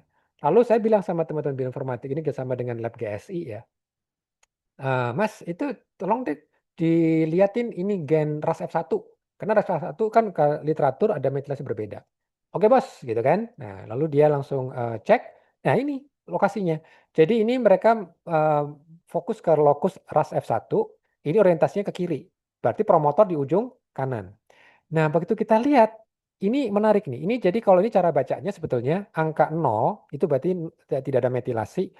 Sorry, ini 100 nih sebetulnya kebalik. Jadi ini 100 itu berarti metilasinya tinggi. Kalau misalnya 0 berarti nggak ada metilasi. Nah, kalau misalnya kalau gambar line overlap, itu berarti tingkat metilasinya sama antara kelompok yang pasien dengan yang normal, gitu ya. Nah, waktu kita lihat di bagian promotornya, ternyata di daerah sini itu ada perbedaan. Jadi dari sampel yang pasien-pasien KNF dibandingkan yang normal ini bisa dibilang hampir pada posisi ini itu nggak ada metilasinya. Nah, bandingkan sama yang di daerah yang pasien. Nah, ini akhirnya juga memvalidasi. Oke, berarti ini real nih, gitu kan. Soalnya kan teman-teman dari Cina, mereka menemukan ras F1A dengan asal swab nanosofaring itu, nah tekniknya bukan pakai nanopor kan. Nah, kita pakai nanopor juga, bisa menemukan sama. Jadi sekarang tugas kita di YARSI, ini menjadi topik mahasiswa S3 juga yang sedang ada di YARSI, untuk melihat di selain ras F1 ada gen apa lagi gitu. Nah itu. Cuma nanti ke depannya gimana? Apakah nanti semua orang harus diperiksa pakai nanopor? Ya enggak lah. Ini mahal banget. Jadi satu flow cell ini itu harganya katakan 20 juta gitu ya. Itu cuma bisa untuk 6 sampel gitu. Nah, kalau kita misalnya proyek BPJS, itu nggak bisa lah, udah bakal dilupain gitu. Tapi ini akan bagus untuk discovery. Jadi tujuannya memang dari pendanaan ini dari hibah kami Bima kemarin itu sebetulnya untuk menemukan. Tapi nanti ke depannya itu bisa menggunakan teknik lebih selain itu namanya MSRE, Methylene Specific Restrict Enzyme. Oke. Nah, saya sekarang akan switch sedikit ke arah prognostik. Nanti saya akan cerita, lalu digital PCR gimana nih gitu. Nanti di bagian akhir. Tapi sekarang saya mau cerita dikit yang cukup menarik karena ini juga proyek S3 juga. Karena kan ingat kita tahun 2024 itu kan merekrut hampir 98 pasien KNF. Jadi kita sudah tahu pasien-pasien tersebut load jadi EBV-nya berapa. Kan kita bisa lihat di city value-nya kan. Secara umum saya bisa sampaikan city value mereka memang rendah, artinya burden-nya tinggi. Jadi sekarang sudah tahun keberapa nih kan 2024 direkrut, sekarang 2026 sudah minimal 3 tahun. Jadi tugas mahasiswa doktoral yang sekarang untuk melanjutkan yang sebelumnya ini dokter THT juga gitu ya. Tugas dia adalah tracking. Jadi pasien-pasien KNF yang dulu direkrut gitu kan, yang sudah kita ketahui juga EBV seperti apa, itu yang per hari ini dan 2 tahun lagi mana yang tanda kutip recurrence, mana yang mungkin sudah meninggal, mana yang masih hidup, itu akan di-tracking semuanya. Nah, kenapa ini menjadi penting? Karena udah ada juga nih literatur yang menarik nih. Jadi pertanyaan ini ada studi di multi center ya di Asia, itu melibatkan tim di Cina, Hong Kong, dan juga di Singapura gitu ya. Mereka bertanya sederhana. Jadi kalau ada pasien KNF, mereka tracking dari burden EBV-nya, bisa nggak data dari EBV yang ada di plasma itu untuk kira-kira menetapkan mana yang terapinya itu agresif, mana yang tidak. Jadi kalau misalnya nih, oh EBV-nya katakan rendah dikit gitu ya. Nah, jadi dia termasuk pasien KNF yang EBV-nya dikit. Mungkin dia termasuk yang low risk sehingga treatmentnya nggak perlu terlalu agresif. Tapi kalau dia tinggi banget, ya berarti nanti harus dieskalasi. Treatmentnya nggak boleh cuma biasa-biasa aja. Jadi harus nengok nih sama BPJS sana gitu ya. Ini kayaknya pasien penting nih untuk diterapi lebih agresif. Gitu ya. Jadi emang ini sama konsepnya seperti yang tadi dibahas di kanker paru. Kalau misalnya sebelum treatment mutasi circulating free DNA-nya tinggi, setelah terapi mungkin kan turun harusnya. Tapi yang namanya kanker, kanker itu kan bisa adaptif ya. Nah, dia bisa ada resisten, ada klon yang resisten, ya kita muncul lagi tuh, makanya naik lagi gitu. Nah, jadi ini konsepnya sama, cuma kanker nasofaring karena sudah ada EBV, fokus ke EBV-nya. Nah, lalu mereka akan menghitung di awal. Jadi pasien baru belum mulai treatment, cek dulu EBV-nya, terus nanti akan treatment selanjutnya berdasarkan statusnya. Ini adalah papernya relatif baru. Kemarin saya beruntung bisa dengar langsung dari salah satu penulisnya, dan itu memang cukup exciting gitu ya. Jadi relatif sederhana ya. Jadi mereka sudah kalkulasi, hitung semua data-datanya. Ini pasien-pasien baru. Jadi ini kan semuanya tentu ada standar treatment dulu. Ya, standar treatment gitu kan. Nah, lalu mereka cek data-data klinisnya dan juga EBV-nya dari plasma. Nah, kalau EBV-nya tidak terdeteksi, berarti dia termasuk yang low risk. Tapi kalau misalnya ada deteksi tetap ini setelah kemo tetap masih ada gitu kan, ini termasuk yang high risk. Nah, kalau nanti dia high risk itu nanti bisa diterapi lebih agresif. Jadi misalnya nih yang disebut dengan high risk itu ditambahin ada obat simtiliamab gitu ya. Jadi ada tambahan terapi target misalnya gitu. Nah, tapi kalau misalnya dia sama sekali nggak kelihatan EBV-nya itu udah standar treatment aja gitu ya, yang biasa. Nah, yang menariknya setelah mereka ikutin secara keseluruhan itu survivalnya kurang lebih hampir sama gitu. Memang sih kalau dia high risk dia relatif lebih buruk dikit gitu ya. Tapi ternyata hampir sama. Jadi artinya ini penetapan di awal mana yang dieskalasi, mana yang deeskalasi itu memberikan outcome yang sama gitu. Nah, lalu mereka juga jadi curious. Kalau dibandingkan dengan kohort yang lain, dengan kelompok pasien yang sama sekali tidak distratifikasi statusnya dan nanti disesuaikan terapinya, ternyata yang beda. Jadi ini adalah pasien yang melalui grup stratifikasi. Ya, survival lebih panjang dibandingkan mereka yang sama sekali tidak distratifikasi gitu ya. Jadi ini, oh ya saya lupa ngasih tahu. Ini sebenarnya namanya grafik Kaplan-Meier buat teman-teman yang non medis. Ini bacanya sederhana sebenarnya. Jadi sebetulnya yang bawah ini adalah waktu. Sedangkan yang atas itu adalah apa yang disebut dengan failure free survival. Jadi misalnya yang tidak ada kejadian tadi kekambuhan segala macam ya. Nah, jadi artinya apa? Pasti di time zero semuanya bagus kan? Nah, tapi dengan berjalannya waktu, sebagian ada yang mulai muncul failure. Gitu. Nah, tapi kalau ternyata dia tidak pernah distratifikasi, dia cenderung lebih banyak nih yang failure. Makanya muncul kan lebih turun trennya gitu dibandingkan mereka yang betul-betul distratifikasi, survivalnya lebih bagus gitu ya. Oke. Nah, jadi di sini saya juga jadi berpikir ini menarik kalau pakai digital PCR, kalau kita punya akses gitu ya. Terutama untuk dua hal, untuk dari sisi genetik dan juga mungkin sisi epigenetik. Jadi kenapa digital PCR ini jadi menarik gitu ya, opsi yang menarik. Kalau misalnya kita pakai apa yang disebut dengan real time PCR biasa, itu biasanya nanti masalahnya adalah relative quantitation. Oke. Nah, klinisi itu nggak suka yang sifatnya relatif. Dia mau yang jelas-jelas saja, gitu kan. Nah, kenapa ini jadi penting? Soalnya nanti kalau ini konsepnya adalah harmonisasi. Misalnya nih, eh, level EBV di lab di Jakarta sama level pengukuran lab EBV di lab Jakarta, Cina, Hong Kong, Singapura itu sama apa enggak? Nah, gitu.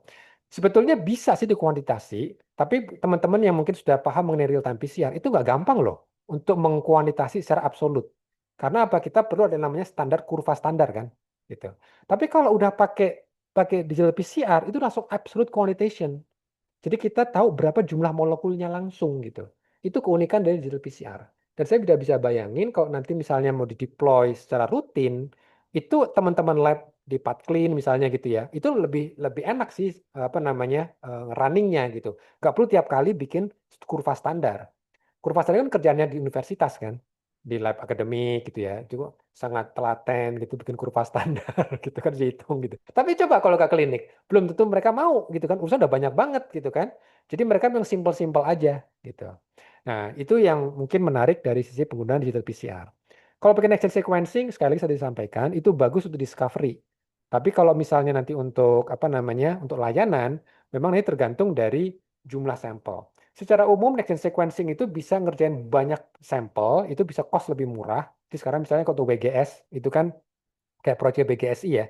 BGSI itu kan dia whole genome sequencing itu cuma 2 juta per orang loh harganya. Gitu kan. Karena volumenya tinggi. Itu puluhan ribu orang Indonesia yang diikutin ke proyek BGSI. Tapi kalau rumah sakit, emang kita punya berapa pasien sih? Kan kita konsep kayak mikrolet. Nunggu penuh dulu, habis itu baru di running. Karena running 1 orang sama running 10 orang sama. Nah, bayangin kalau ini kanker paru. Kanker paru itu kan nyesek banget.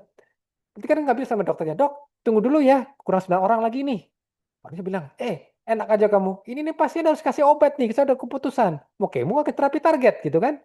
Nah kan nggak bisa kita pakai eh, ngeles pakai NGS yang supaya cost efektif. Nggak bisa. Nah makanya kalau memang satu-satu, digital PCR memang menarik. Karena dia bisa nggak harus nunggu banyak gitu ya. Oke. Tapi itu tergantung kitnya juga sih ya.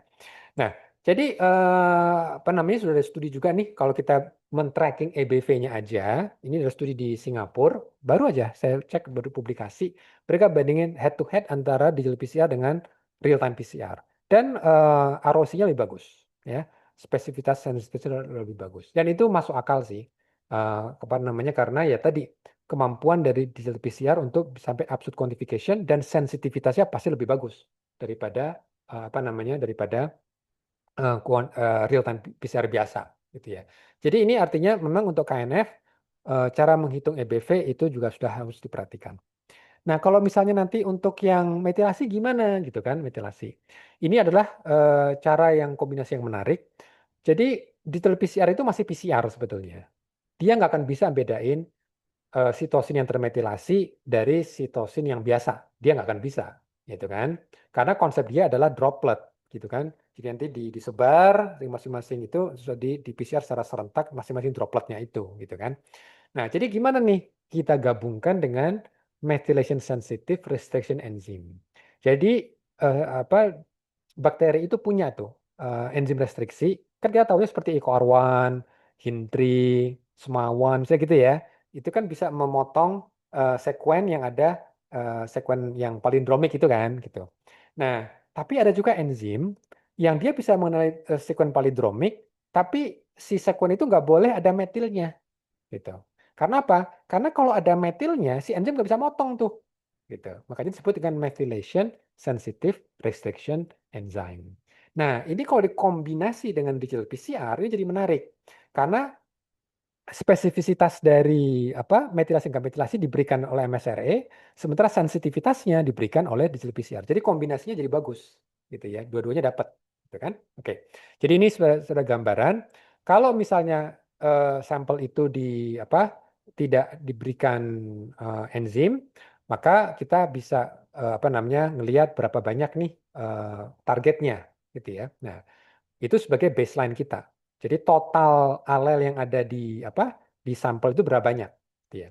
Nah, lalu sampel yang sama kita perlakukan dengan enzim restriksi dulu. Nah, jadi memang agak ribetnya jadi 2 kali kerja sih sebetulnya. Jadi satu sampel dibagi 2, dia tanpa enzim, sampel yang kedua dengan enzim. Enzim restriksi yang methylation sensitif. Oke? Nah, skenario-nya begini. Kalau di target kita ada metil, maka si enzim nggak bisa motong. Gitu kan ada metilnya tuh. Ada metil nggak bisa motong. Maka muncul target. Tapi kalau ternyata di target kita itu tidak ada metil, tidak ada metilasi, kan kepotong tuh. Nah, karena kepotong, kan enzim PCR kan nggak bisa lanjut gitu. Kan ini kan template udah hancur tuh, udah kepotong-potong gitu kan.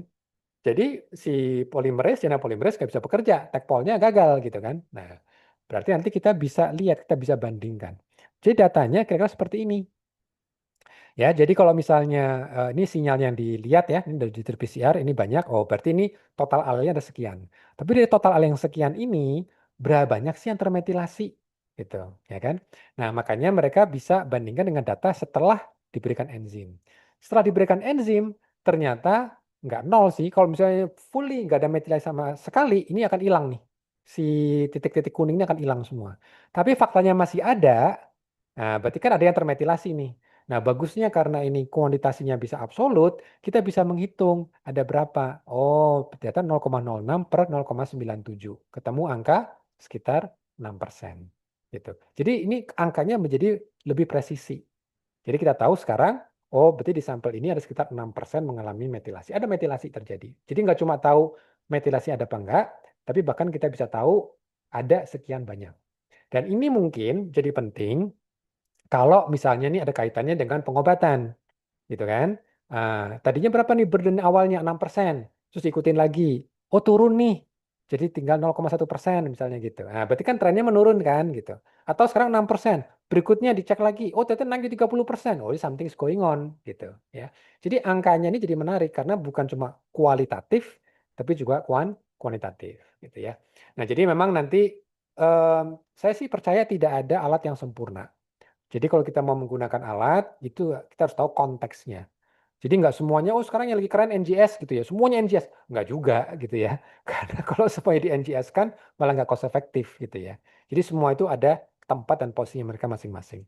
Oke, jadi ini dari si plasma, ya tadi saya sampaikan bisa untuk prognostikasi gitu ya. Kira-kira nanti si pasien itu ke arah mana. Dan nanti kita bisa untuk eskalasi atau deeskalasi gitu ya. Jadi ini sekali lagi kalau di RC kita lagi dengan Darmais sedang kolaborasi, kita akan tracking. Jadi pasien yang dulu tahun 2024, rencananya karena kan mahasiswa kita baru aja bergabung tahun ini ya. Kan S3 itu bisa mungkin 3-4 tahun. Nah jadi targetnya nanti dia sampai nanti selesai, dia akan tracking semua pasien ini. Gitu ya. Oke, dan ke depannya tentu kita juga bukan cuma treatment yang lebih presisi, tapi bisa nggak kita nanti untuk deteksi dini, gitu ya.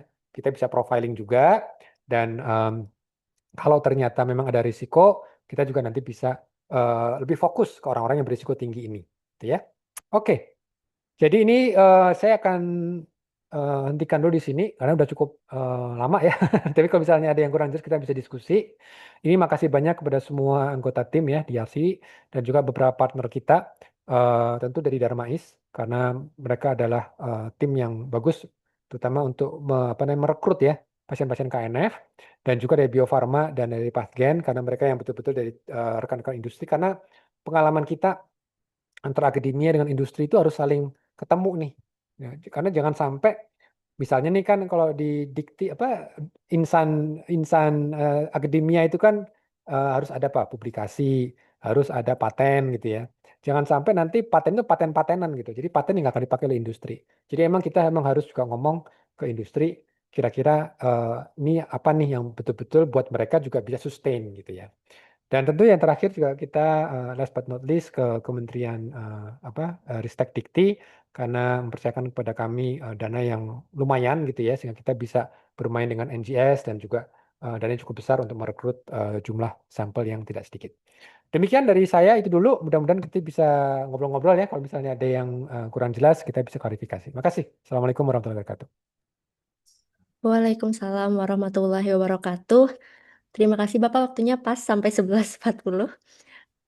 Berikutnya ada sesi Q&A dan diskusi bagi Bapak Ibu sekalian dan teman-teman yang ingin bertanya. Boleh langsung, jika ingin langsung bisa on mic, atau jika ingin di chatbox juga silahkan diketik di chatbox.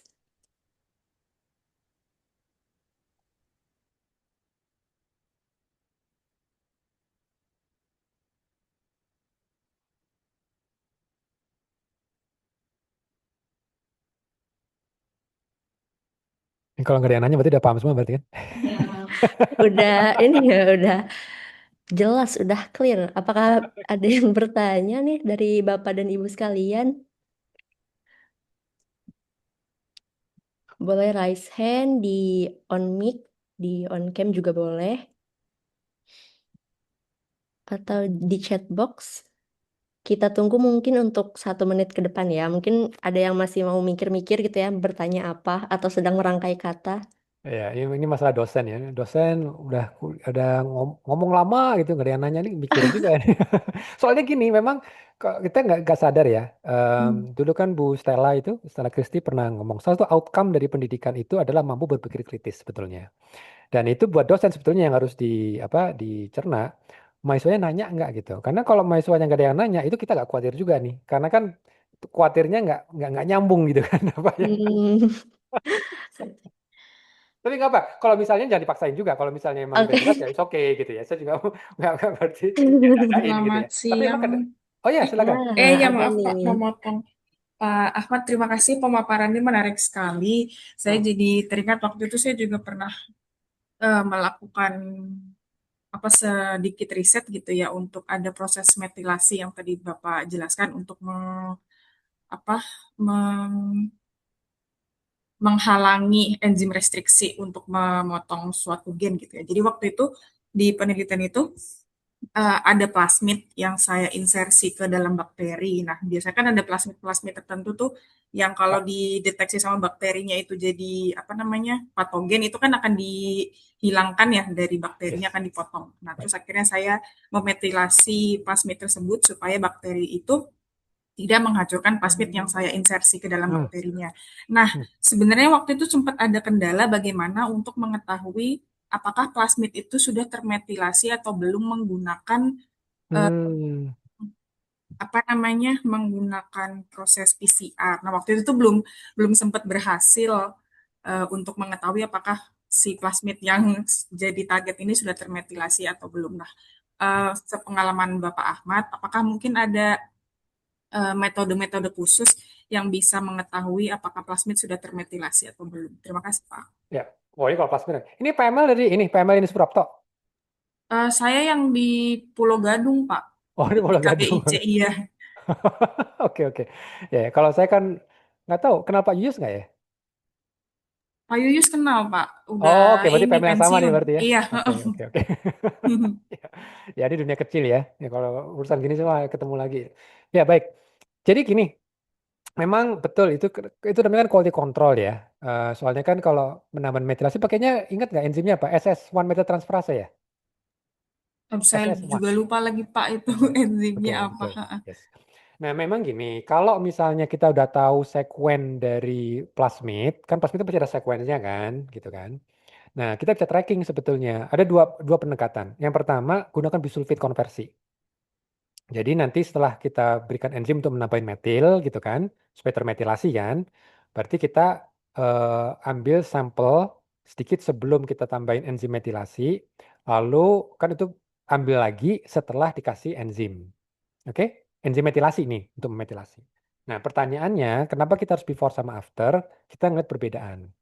Nah, caranya nanti kita ini apa namanya? Kita harus tahu juga dari plasmid itu ada sekuen kayak kita bisa PCR. Mestinya bisa, karena plasmid itu kan udah ketahuan kan sekuennya kan. Gak ada plasmid yang nggak ketahuan, mestinya ada lah gitu. Nah, itu nanti kita tracking. Jadi kita desain primer, di mana kalau ada C, itu kalau ada metilasinya kan dia berubah menjadi U kan, atau T kan. Berarti kalau dia T, berarti nanti untuk primernya kita harus desainnya pakai A. Nah, sementara kalau yang lainnya, titik yang sama itu menjadi G. Gitu. Jadi namanya konsepnya adalah menggunakan MSP, Methylation Specific PCR. Oke? Jadi, kalau misalnya metilasinya gagal, tadi proses metilasinya gagal, itu harusnya amplikonnya tidak bisa terdeteksi karena kita sudah mendesain primer di mana dia hanya bisa mengenali C yang sudah termetilasi gitu. Jadi kan kalau C termetilasi dia tetap C. Tapi kalau nggak ada metilasi, dia berubah menjadi G. Makanya nanti emang PCR ada dua macam reaksi. Reaksi yang untuk mendeteksi metilasi positif sama yang metilasi negatif gitu. Kalau misalnya kita running PCR dengan primer yang mendeteksi metilasi positif itu tidak muncul produk, gitu kan, tapi hanya muncul kalau dengan metilasi negatif, itu very clear. Berarti proses kita gagal.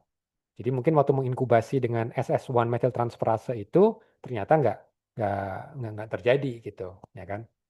Nah, atau saya juga baru tahu nih ada teknik yang kedua yang mungkin relatif lebih simple, yaitu dengan antibody. Jadi ada antibody, dia bisa mengenali DNA yang termetilasi sama yang tidak termetilasi. Itu yang kami lakukan waktu kita studi stunting. Jadi nanti sebelum proses penambahan enzim tadi SS1 methyltransfer, ambil dulu sampel sedikit dari plasmid tadi itu, lalu cek ELISA-nya, dan juga sesudah proses metilasi, cek juga ELISA-nya. Kalau misalnya ada penambahan gugus metil, berarti kan secara kuantitatif sinyal antibody lebih tinggi kan setelah enzim ini diberikan. Tapi kalau ternyata tidak tidak ada perubahan, ya berarti mungkin gagal. Tapi sekali lagi itu juga mungkin relatif juga. Kan saya nggak tahu tuh si plasmidnya itu ada baseline metilasi nggak gitu. Itu harus dilihat. Dan apakah nanti setelah diberikan ini berapa banyak dia akan berubah menjadi metilasinya. Kalau dia emang dari nol nggak ada metilasi sampai 100% termetilasi semua, itu pasti jelas banget. Itu nanti antibody itu pasti bisa membedakan gitu. Tapi emang standar biasanya dipakai adalah yang MSP. Jadi nanti kita harus gunakan primer, dua macam primer set ya. Primer untuk mendeteksi yang tidak termetilasi atau yang mendeteksi yang termetilasi. Jadi itu standar seperti itu. Gitu. Jawab pertanyaannya nggak ya? Iya ya, menjawab Pak. Jadi bisa pakai dua metode ya, bisa pakai PCR Iya. sama ELISA gitu ya Pak ya. Iya, iya. Oh, Kalau oke. ini pakai ELISA aja siapa tahu lebih murah gitu ya. Oh iya, ha-ha. Karena kalau PCR pun juga memang harus desain primernya dulu itu ya Pak ya, yang Yes, untuk negatif sama positif. betul. Cuma tadi memang ELISA itu dia ya memang nanti harus lihat expected effect size-nya ya. Jadi kita bicara apakah memang beda banget apa enggak. Kuatirnya, kan Elisa ada background noise juga kan, gitu. Nah, mungkin kalau ada background noise, sebetulnya ada metilasi sih, tapi emang metilasi itu emang nggak banyak. Nah, dia akan miss, gitu. Tapi kalau bisa kan lebih sensitif. Ya, tapi nanti tergantung lah. Kalau misalnya pakai Elisa udah kelihatan bedanya, that's it. Gitu ya. Berarti untuk pengecekan pertama lebih baik pakai ELISA dulu ya Pak. Kalau misalnya dari situ udah terlihat pun ya udah cukup di ELISA, nggak usah Ya, lanjut ke PCR. ya. Hmm, Oh, oke baik. ya. Makasih Pak Ahmad. Yuk. Baik, terima kasih untuk Bu Atalia atas pertanyaannya dan juga Pak Ahmad yang telah menjawab secara komprehensif ya. Mungkin kita buka untuk satu penanya lagi. Barangkali Bapak dan Ibu ada yang ingin ditanyakan atau dikonfirmasi kembali.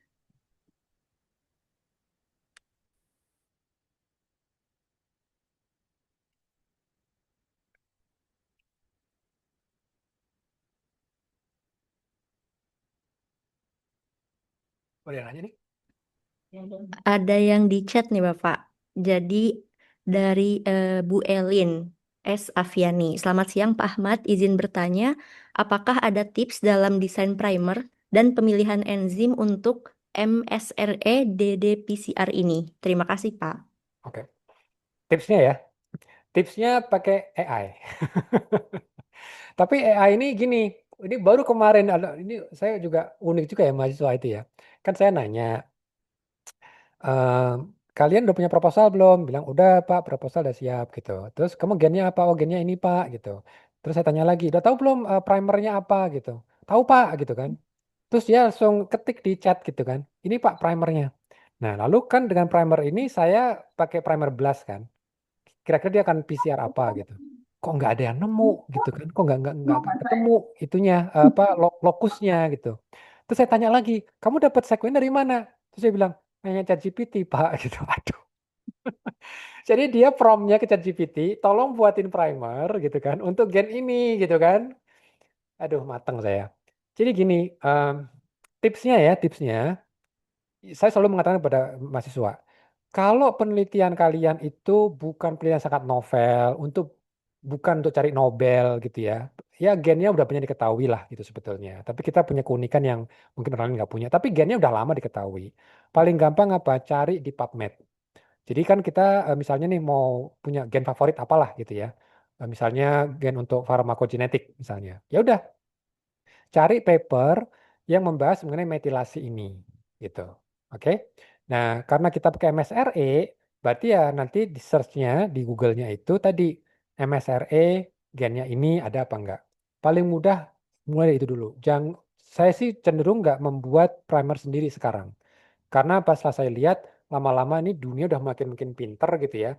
Banyak banget laboratorium yang melaporkan segala macam ilmu gitu. Jadi cari aja dulu paper yang sudah melaporkan penggunaan MSRE. Memang mereka belum pakai digital PCR, tapi kan yang mau kita ketahui MSRE-nya, gitu kan? Nah, itu apa namanya? Itu satu. Yang kedua, memang konsep MSRE itu kita harus tahu lokasi yang termetilasi itu overlap nggak dengan sekuen enzim restriksinya. Itu yang membuat jadi lebih sulit daripada MSP. Kalau MSP itu dia lebih fleksibel. Jadi misalnya nih, C yang termetilasi itu kan biasanya lokasinya di sekuen yang bukan palindromik. Bukan sekuen milik misalnya enzim HPA2. Karena HPA2 itu enzim yang sangat sensitif dengan metilasi. Nah, kalau seperti itu ya memang agak susah gitu ya. Jadi apa namanya? Memang tantangannya adalah kita harus cek dulu. Jadi kalau misalnya kita tahu nih ada gen yang memang sangat highly methylated dalam kondisi kesehatan tertentu gitu ya. Tapi kita harus baca sekuennya. Sekuen C intermetilasi itu dia apakah masuk ke dalam tadi gugus palindromik tadi itu. Kalau ternyata enggak, tough luck. Nasib itu namanya udah. Itu namanya nasib. Makanya ini yang kita lakukan sekarang. Jadi kalau waktu kita temukan dari data kita, itu banyak sebetulnya gen yang potensi termetilasi sebetulnya, yang bisa kita gunakan sebagai biomarker. Cuma kalau nanti ujungnya kita pakai MSP, itu kan nanti perlu konversi bisulfit tuh. Wah, itu berarti nanti beat the purpose kita nggak bisa. Jadi sekarang kita harus cek lagi potensi-potensi biomarker yang termetilasi tadi itu, sekuennya itu masuk nggak ke dalam yang palindromik tadi itu. Kalau ternyata enggak, kita move on, cari yang sampai ada. Nah, itu memang kelemahan MSRE. Dia harus memastikan C yang termetilasi itu berada dalam sekuen enzim yang sensitif dengan metilasi. Ya itu. Nah, makanya paling gampang tipsnya apa? Search paper gitu. Kebetulan kami juga terkait dengan mental health ya. Dan alhamdulillah ada tuh satu paper yang mendeskripsikan menggunakan MSRE gitu. Memang nggak banyak, tapi ya mudah-mudahan dengan berjalannya waktu ada somewhere out there yang sudah melakukannya. Jadi saya sih menghindari untuk buat sendiri sih sebetulnya. Saya lebih baik mengacu ke paper, tapi kita verifikasi. Kita cek, kita konfirmasi, masuk akal nggak ini desainnya, oke, berarti baru kita lanjut. Gitu ya. Baik, untuk Bu Elin, apakah sudah jelas atau ada yang ingin dikonfirmasi ulang?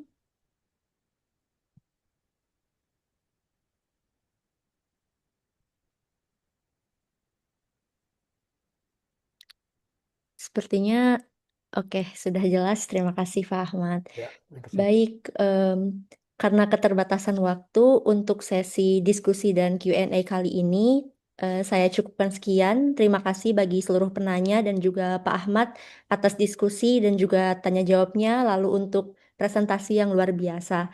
Selanjutnya, ada sedikit apresiasi dari kami, PT Infinity Bioanalitika Solusindo, yaitu Certificate of Appreciation untuk Pak Ahmad Rusdan Handoyo Utomo PhD sebagai Oke. speaker yang telah bersedia menjadi pemateri pada pagi hari ini. Terima kasih Bapak, mohon Terima diterima kasih. dengan baik. Ya. Oke, Em, baik mungkin selanjutnya, oh ada yang bertanya nih sebelumnya. Selamat siang, ini bukan untuk Q&A, namun apakah boleh meminta email untuk Pak Dr. Ahmad Oh, untuk saya Q&A? ketik di chat ya. Nah, saya ketik di chat ya. Oke, nanti mungkin yang masih ada juga pertanyaan atau pengen tahu lebih lanjut bisa untuk lewat apa email Pak Ahmad. Baik, selanjutnya kita sesi dokumentasi untuk Sudah saya taruh di sertifikat chat ya terlebih untuk dahulu. alamat email. Silakan untuk mau copy paste, bisa ditanyakan. Baik, boleh ya di copy paste teman-teman. Oke, hitungannya di saya 1, 2, 3. Oke, sekarang kita dokumentasi untuk bersama ya, bersama seluruh peserta. Mungkin bagi yang ingin on cam, dipersilahkan on cam gitu ya. Kita akhiri sesi kali ini dengan dokumentasi bersama.